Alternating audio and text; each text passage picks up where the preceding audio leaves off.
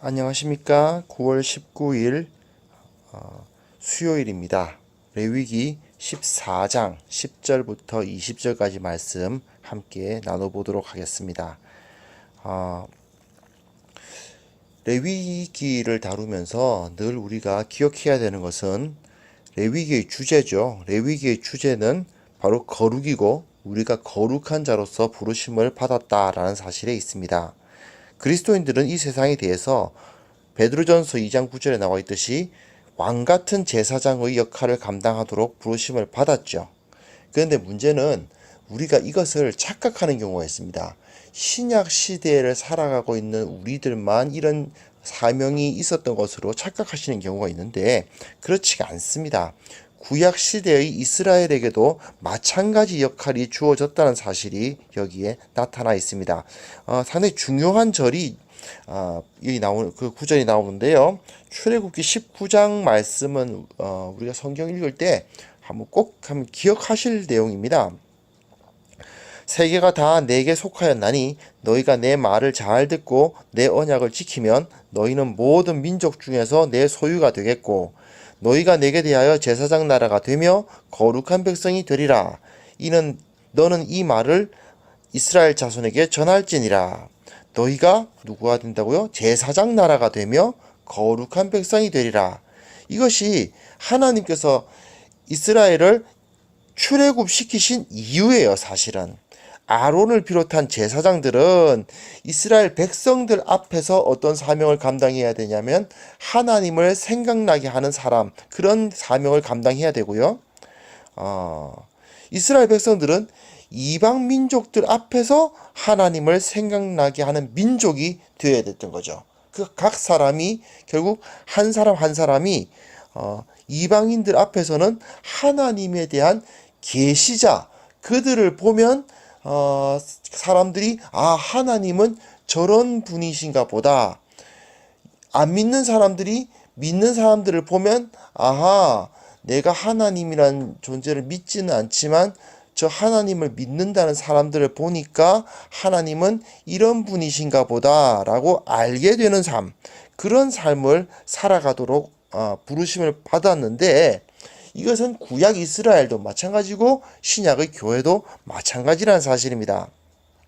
자, 오늘 본문은 악성 피부병, 나병으로 인해서 부정해졌던 사람이 나은 후에 드리는 제사에 대한 이야기입니다만 이 제사를 봐도 그 제사장이나 레위인이 아닌 일반 이스라엘 백성들 역시 거룩한 자로서 부름을 받았다는 사실을 알게 됩니다. 본문 읽어보겠습니다. 10절부터 읽어봅니다. 여덟째 날에 그는 흠없는 어린 수양 2마리와 1년 된 흠없는 어린 암양 1마리와 또 고운 가루 10분의 3에바에 기름 섞은 소재물과 기름 1록을 취할 것이요.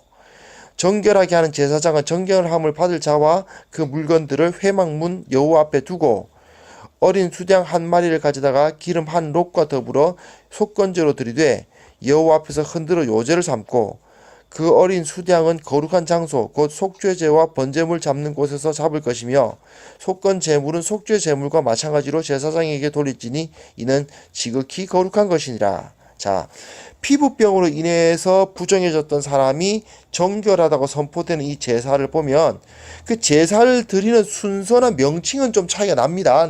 그러나 제사장 위임식을 했을 때와 상당히 유사한 점이 많아요. 자, 우선 준비물입니다. 어린 수양 2마리와 1년 된 암양 1마리, 그리고 3분의 1 에바의 기름 섞은 소재물, 그리고 기름 1록, 약 300ml가 1록입니다. 그리고 1에바가 한 22리터 되거든요. 그러니까 이제 0.3에바니까 6.6리터 정도 됩니다. 그 정도의 것을 준비를 해야 됐습니다. 수양 2마리는 속건제, 1마리는 속건제, 하나는 속죄제, 암양은 번제물이 되겠고요. 그리고 거기에 소제물 들여지는 거고, 독특한 게 기름이 여기에 한 컵, 큰 컵이죠. 보통 한 컵 하면 250ml 정도 되는데 300ml니까 상당히 좀 큰 컵으로 한 컵 정도가 필요했습니다. 자, 먼저 드려지는 제사는 속건제가 먼저 드려집니다. 속건제 혹시 기억나시는지 모르겠는데 화목제와 상당히 유사합니다. 물론 화목제는 그 고기를 다른 사람들하고 다 나누어 먹지만 속건제는 제사장에게 돌린다는 차이가 있죠. 하지만 그 제사 형태는 화목제와 상당히 유사합니다. 그런데 제사장 세울 때의 위임식 제사 역시 8장에 나와 있는 것도 역시 화목제하고 상당히 닮은 점이 많습니다. 자, 이 부정해지다 보니까 피부병으로 인해서 부정해져서 사람들과 격리됐었잖아요. 그런데 속건제를 드림으로써 사람들과 함께 화목해질 수 있게 되는 제사 아닙니까? 그리고 위임식 제사는 하나님과 사람이 서로 다르기 때문에 서로 간에 화목할 수 없는 상황이었는데 위임식 제사를 드림으로써 하나님과 제사장이 화목하게 된다는 의미를 가지고 있었거든요. 마찬가지입니다. 그래서 이 화목이라는 차원으로 제사가 드려져요. 물론 제사장들 세울 때는 좀 더 이 제물이 좀 더 한 등급 높습니다. 숫 송아지 드리고 숫 양 2마리를 드려야 되죠. 하지만 제물의 숫자는 같아요. 그리고 그 형태의 제사 형태가 상당히 비슷합니다. 그 이후 한번 읽어보겠습니다. 14절부터입니다. 제사장은 그 속건 제물의 피를 취하여 정결함을 받을 자의 오른쪽 귓뿌리와 오른쪽 엄지손가락과 오른쪽 엄지발가락에 바를 것이요. 제사장은 또 그 한 록의 기름을 취하여 자기 왼쪽 손바닥에 따르고 오른쪽 손가락으로 왼쪽 손에 기름을 찍어 그 손가락으로 그것을 여호와 앞에 7번 뿌릴 것이며 손에 남은 기름은 제사장이 정결함을 받을 자의 그 오른쪽 귓뿌리와 오른쪽 엄지손가락과 오른쪽 엄지발가락 그 속건 제물의 피 위에 바를 것이며 아직도 그 손에 남은 기름은 제사장이 그 정결함을 받는 자의 머리에 바르고 제사장은 여호와 앞에서 그를 위하여 속죄하고 라고 되어 있어요. 제사장 세울 때와 상당히 비슷하다고 계속 말씀드렸습니다. 근데 순서는 좀 다르죠.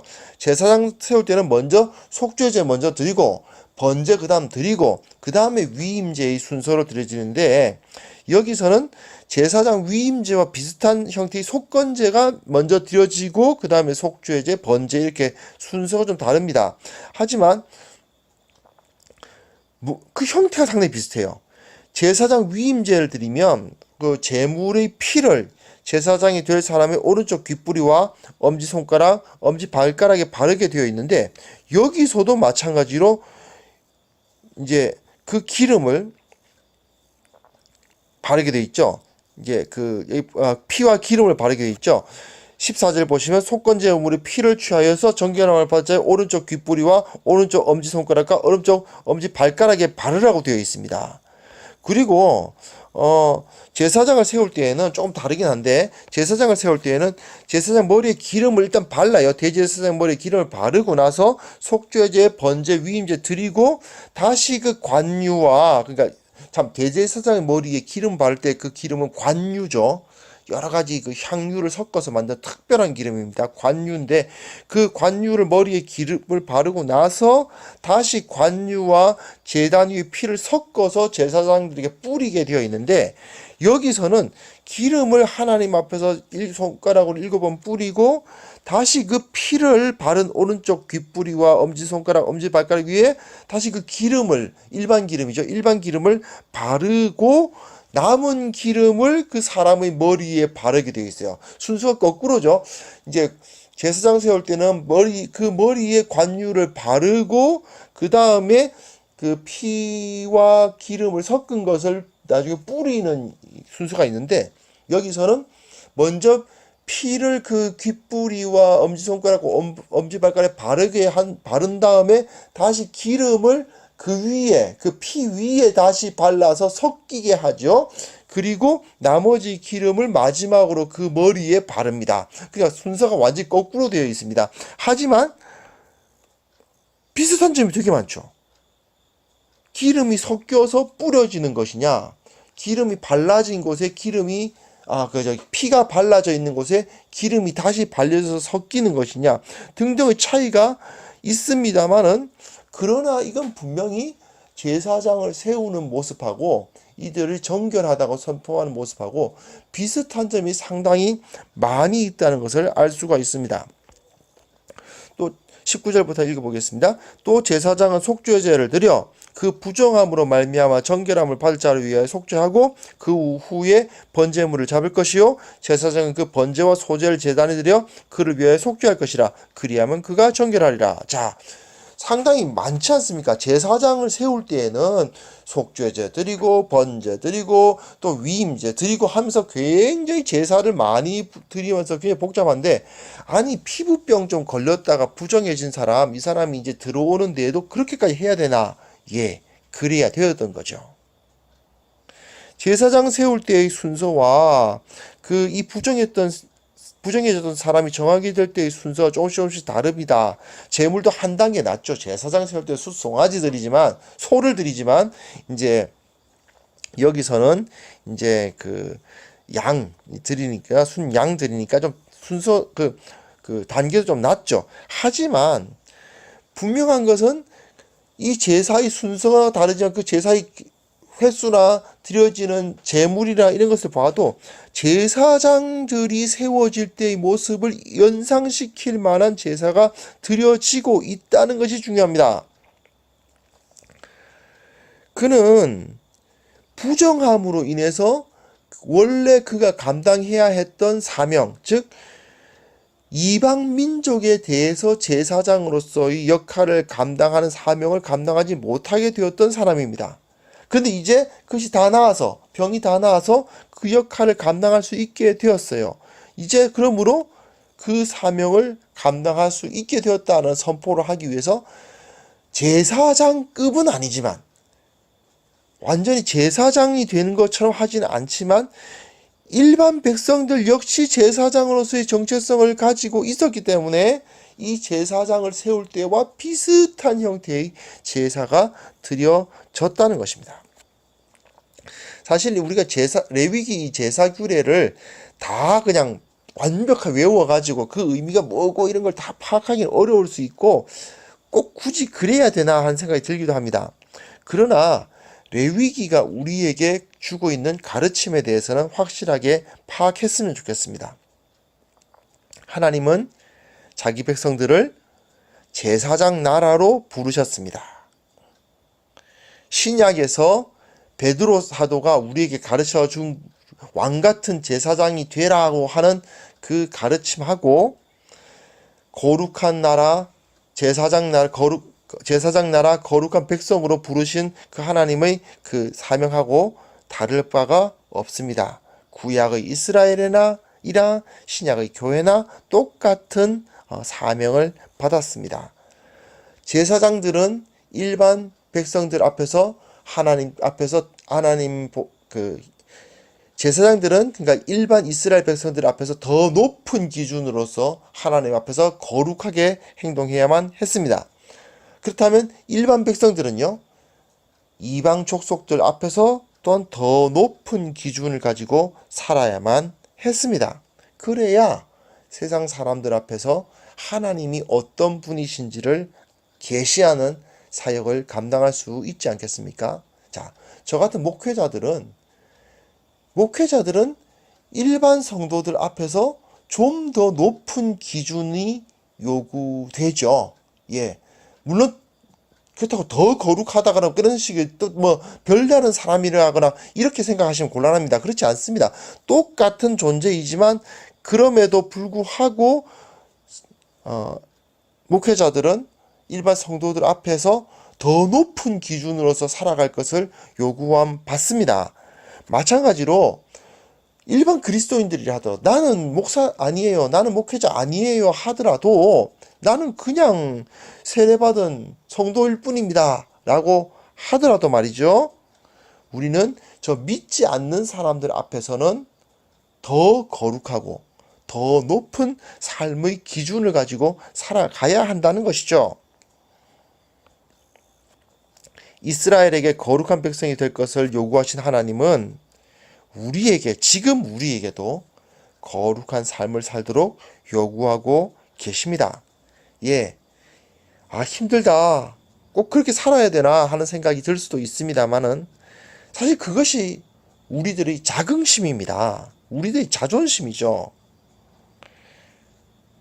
우리는 오늘 본문에서 나와 있는 이런 속건제, 속죄제, 번제, 위임제 이런 제사들보다 더 강력하고 확실한 제사, 예수 그리스도의 십자가로 말미암아서 이제 더 이상 죄인이 아니고 더 이상 부정한 존재가 아니고 거룩한 존재, 정결한 존재, 하나님의 백성, 하나님의 자녀, 그렇게 되지 않았습니까? 그러므로 이제 우리가 이 세상 가운데서 어떠한 삶을 살고 있든지 간에 내가 내 직업이 뭐건 내 뭐 사회적 계층이 뭐건 간에 우리는 거룩한 삶으로 부름을 받았습니다. 이제 우리는 제사장적인 삶을 이 세상 가운데 살도록 부름 받았음을 기억할 수 있었으면 좋겠습니다. 이 사실 기억하시면서 오늘 하루 승리하며 당당하게 그리스도인답게 살아가는 우리 모두 성도님들 다 되실 수 있기를 바랍니다. 기도합니다. 하나님 아버지, 주님께서 우리를 부르신 그 제사장으로서의 사명, 왕같은 제사장으로서의 사명 다시 한번 기억하며 이 세상 살아갈 때 좀 더 거룩하게, 좀 더 정결하게 살아가게 하옵소서. 예수님의 이름으로 기도합니다. 아멘.